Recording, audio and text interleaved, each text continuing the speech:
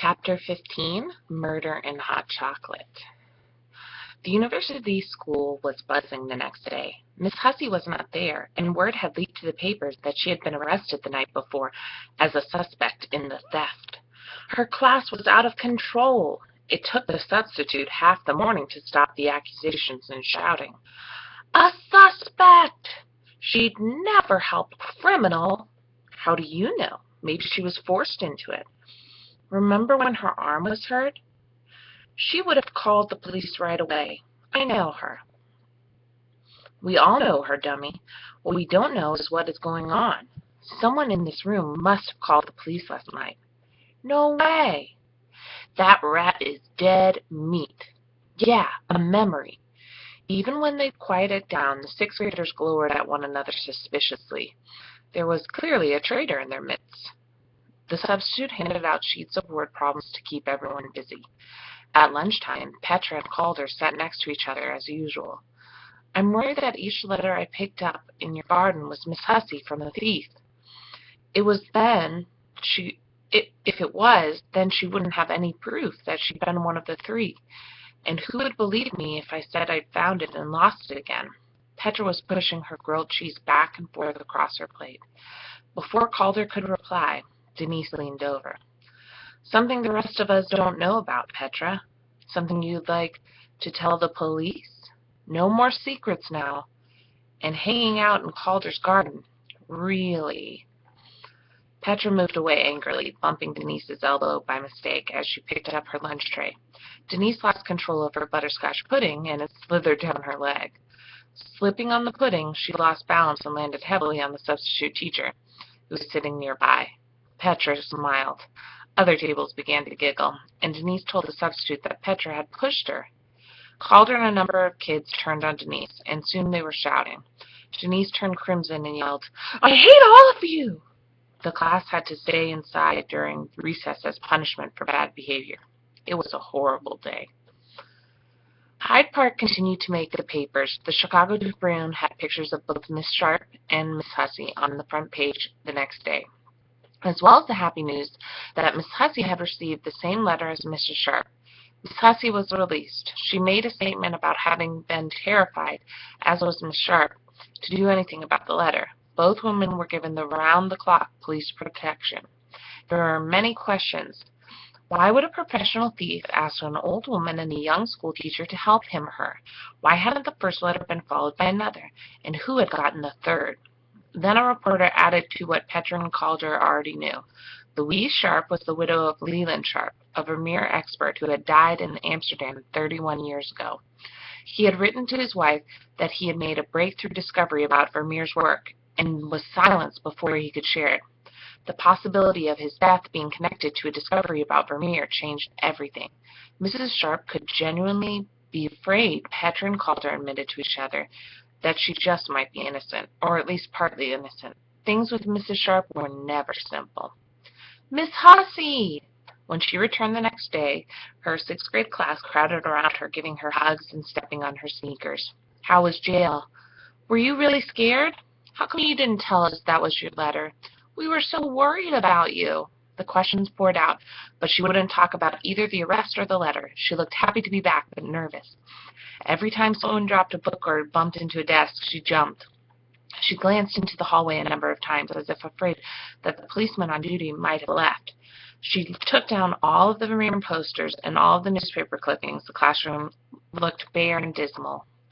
She asked the class what they wanted to study, but when they suggested ideas, she didn't seem to be listening. Petra thought about bringing up Charles Ford's research, but could tell it wasn't the right moment.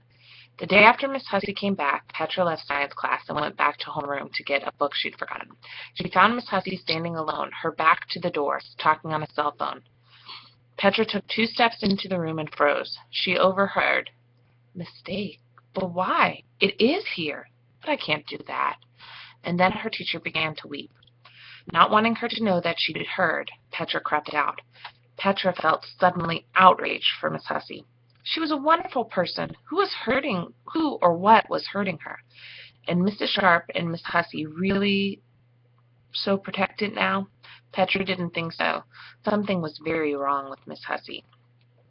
"Come on, Calder," Petra said when school ended. "Let's go find someplace we don't usually go, someplace on campus. How about Fargo Hall? I've got money for hot chocolate." Petra's hat was pulled down almost to her eyebrows, and her hair fanned out into a black halo around the bottom. She was walking a couple of steps ahead of Calder. "You remember what Mrs. Sharp said about people not looking carefully enough at what is around them?" "Of course," Calder said. "I think we should be careful, that's all." "What's the matter? Something happened?" Calder was looking curiously at her. "I'll tell you when we get there." They plodded quietly through the dim afternoon light, heading 2 blocks north on University Avenue. Fargo Hall, close to a century old, Fargo Hall, close to a century old, had stone gargoyles and carved human heads on every turret and ledge. A tangle of leafless ivy clutched at the limestone walls. As they pulled open the heavy doors on 57th Street, there was a comforting blast of heat and student messiness. Petra brought 2 hot chocolates with whipped cream, and they headed through the French doors into what looked like a giant living room. There was a fire in the fireplace, and the students were scattered around in armchairs, talking quietly or reading. They sat down on huge leather chairs in the corner. "Here's what I'm thinking," Petra began. "You and I know some things that other people don't. There are all coincidences that have led us along. The possible storage places in Mrs. Sharp's house, and my feeling that the painting might be behind dark wood."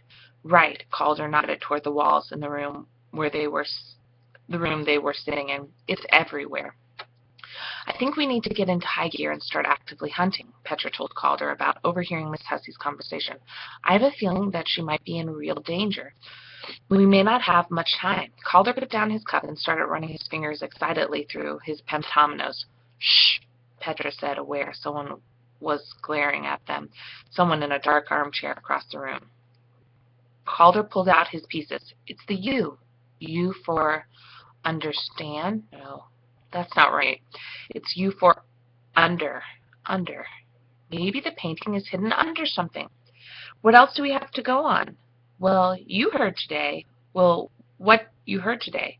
It is here," Petra repeated Miss Hussey's words. "Here," Calder said.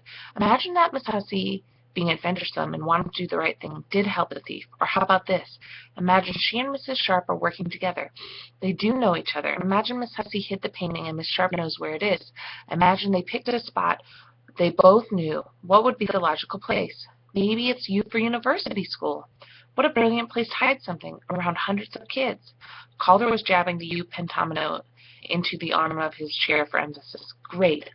And imagine that we found the painting and no one ever had to know that Miss Hussey was involved except you and me, and we'd never tell. We'd be rescuing all 3 of them, the lady, Miss Sharp, and Mrs. Hussey. How about the third person, the person who got the letter number 3? Petra glanced over to see that the armchair in the corner was empty. The dark horse, the difficult piece in the puzzle, that doesn't seem to be sure at all until you need it. Calder popped the U back into his pocket. Both tried not to get too excited. Charles Fort, as Calder reminded Petra on the way home, collected 294 showers of living things without knowing why.